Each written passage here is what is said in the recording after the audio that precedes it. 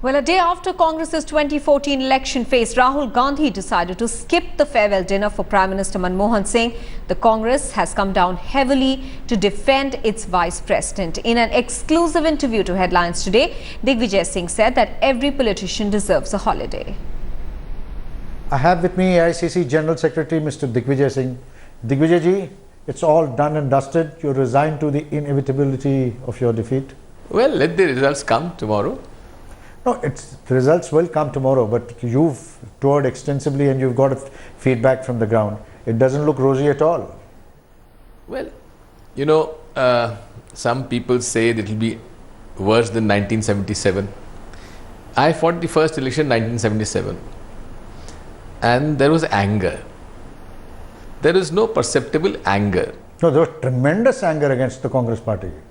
No, there was no anger, but yes, Mr. Modi and Mr. BJP, I think to a great extent have been successful in selling a dream of अच्छे दिन आने वाले हैं. Digvijay ji, now that the elections are over, don't blame it on Modi. Start looking within. Obviously, you all goofed up big time. See, the issue is success has many fathers. The failure is an orphan. So, no, in your case, the whole party is owning up responsibility except the people who should. 2004, 2009, you people had predicted a landslide for NDA, but we proved you wrong. So let's wait till tomorrow. Although the projections are against us, but I'm not in agreement with the numbers that you are looking at. We can quibble about the numbers, but as in the overall analysis of things, it's clear that the BJP will form the next government and Mr. Modi will be its. So what? So what? In a democracy, everyone has a right to form the government. We were there in power for 10 years. Before that, they were in power for 6 years. Before that, there was a coalition government. So what is so great about it? In democracy, it is the change which is constant. Good. So at least you're accepting the fact. You mentioned something. You said failure is an orphan, but it doesn't happen to, that doesn't happen to be the case in the Congress party, because all of you are owning up to the failure except the leadership. No, as far as the leadership is concerned, it has always taken up the responsibility whenever the time came. So I think you are prejudging the issue too soon. Let the result come, then the Congress party and the leadership both will react. No, but how much of responsibility should the leadership not take responsibility? It's very gallant of all of you to come forward and try and insulate and shield your leadership, but shouldn't your star campaigner, your vice president, take ownership? The blame must lie. There has to be some accountability. You see, in an organization and in democracy, it is the collective responsibility of everyone, from the lowest in the rung to the highest. The highest in the rung cannot do a miracle if the lowest in the rung is not performing his duty, or in the middle of the ladder.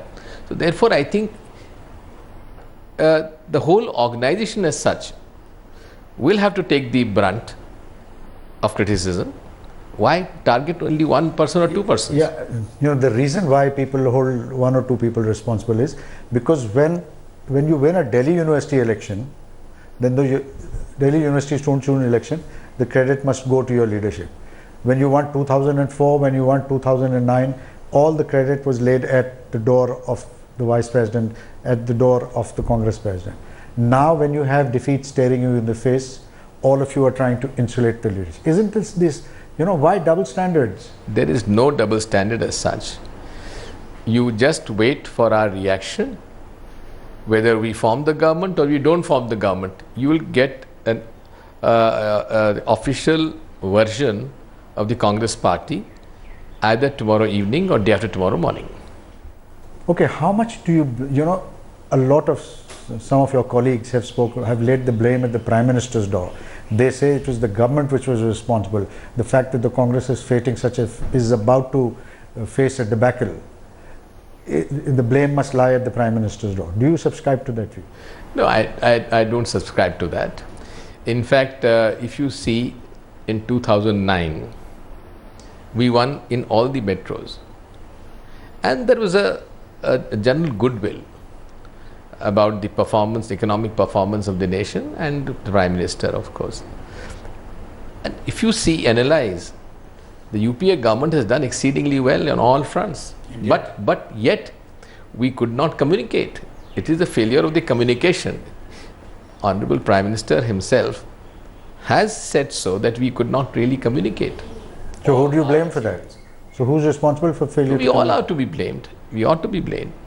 But the fact remains, the government, if you analyze the performance, whether on the economic front, agriculture front, infrastructure front, then in social sectors, and in every sector, the UPA 1 and UPA 2 have done exceedingly well. Yes, we could not counter the charges or the hype created by the CAG reports, which we could not really put it in the right perspective. So we've heard these things before. Yes. Tell us, between the Prime Minister, the President and the Vice President, who do you think, where does the responsibility lie? I have told you already, from the top to the bottom, everyone is accountable. Where does the Congress party go from here?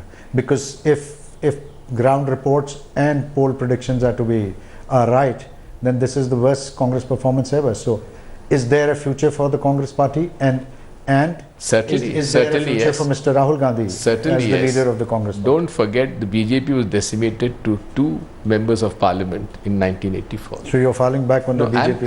I'm not falling back on that. What I'm trying to say is that the Congress party has to get down to basics.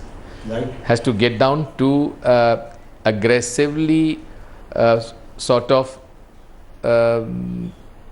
fight the battle, not only on the ideological ground, but at the same time we have to enthuse our workers so that we can communicate. What is most important, Javed, are connect,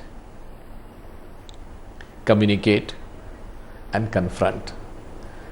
Connect with the people, communicate with the people and the media, and confront the ideology of hate and communalism. Why is this wisdom dawning? No, this wisdom was already there. So why didn't it take place? Unfortunately, we failed to connect. Our leadership at the district and state level could not connect the way it should have. In fact, people say that your leadership didn't connect, not the district level leadership, but your present day leadership in the center failed to connect, leave alone with the masses, with congressmen also. No, you see, the leader in the national level cannot connect with 120 crore people in this country. Modi appears to have done so. No, he has done because of the organization of the RSS. He has the support of a very trained cadre of the RSS, which has openly for the first time come on board and said, yes, we want Modi to win.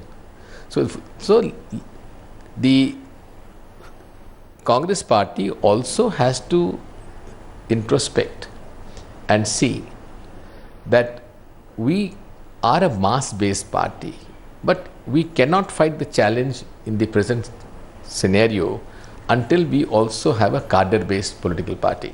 So, you know, one criticism, I've been speaking to a lot of your party men, I've toured a lot, so even from the grassroots, one of the things they say is political decision making was vested in the hands of managers, not politicians. The political input was missing from your planning, from your strategizing, that managers took charge of strategy.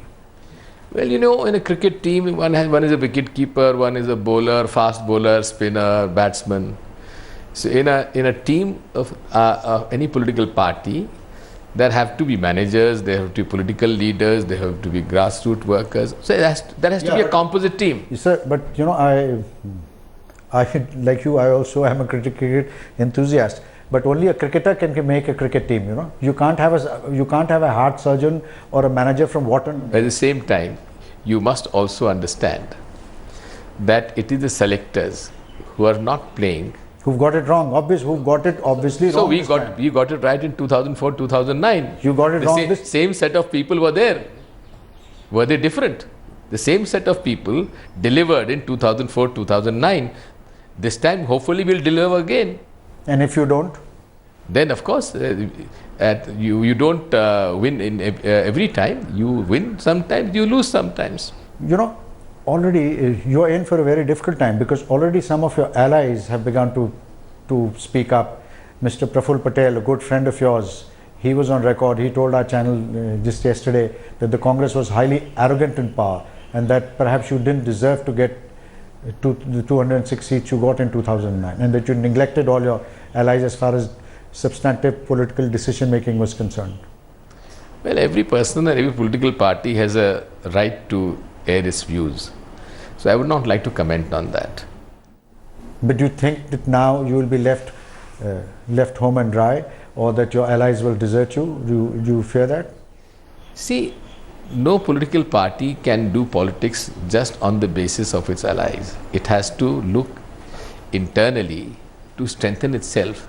The allies will come provided you are strong enough to sort of get off the ground. So now that you are at your weakest, do you believe your allies will desert you? Again, you are prejudging the issue. Let the result come tomorrow. Do you see a future for the NCP Congress? Why not? Of course, we both think alike.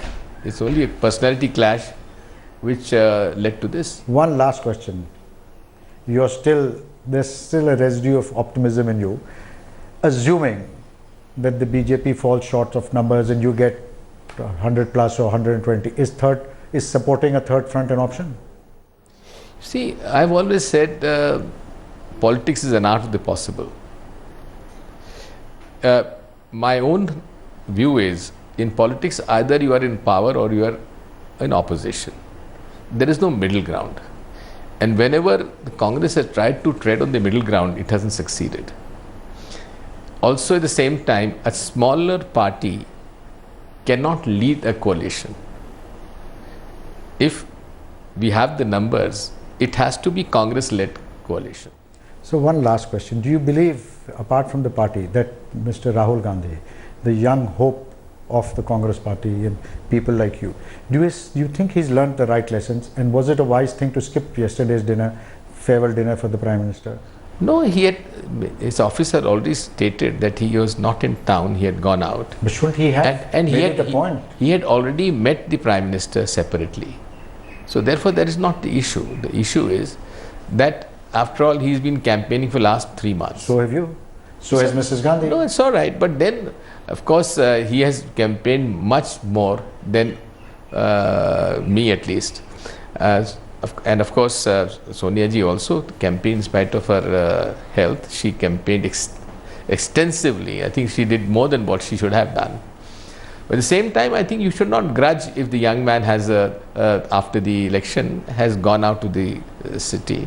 So what's so great about it? It sends the wrong political signal. No, there is no action to be taken just now.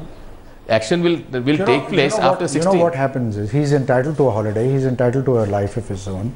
However, it just adds to the impression that he doesn't give he's not 24/7 politician, that his interventions are sporadic. It cannot be a Monday to Friday job, no, politics. Politics is an issue where you are right, it has to be 24/7. But at the same time, every political person takes a break. Every political party sort of must have time to strategize, to think, and to do introspection, so that we can look ahead. Digvijay Singh ji, I know this is a difficult time and you've still tried putting up a brave front. Thank you very much. Thank you, Javed bhai.